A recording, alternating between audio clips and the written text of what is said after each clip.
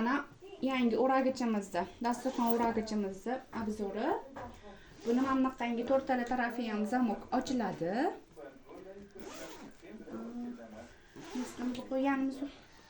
Mana to'rttala tarafga qarab ochilsa, ichidagi dasturxonligimiz mana qalin dasturxonlikdan 2 qavat. Ikkala tarafi ham alohida qo'yilgan, mana 2 qavat. Mana 120 ga 120 dasturxon. Xo'p, mana narsamiz endi. Meni qarichim 20 hozir 40.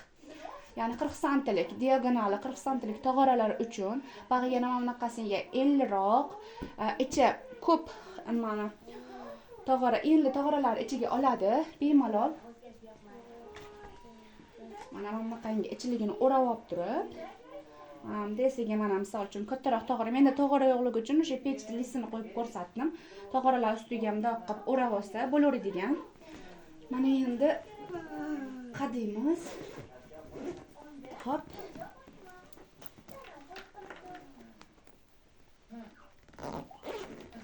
Hop, mana to'rttala taraf qadalyapti.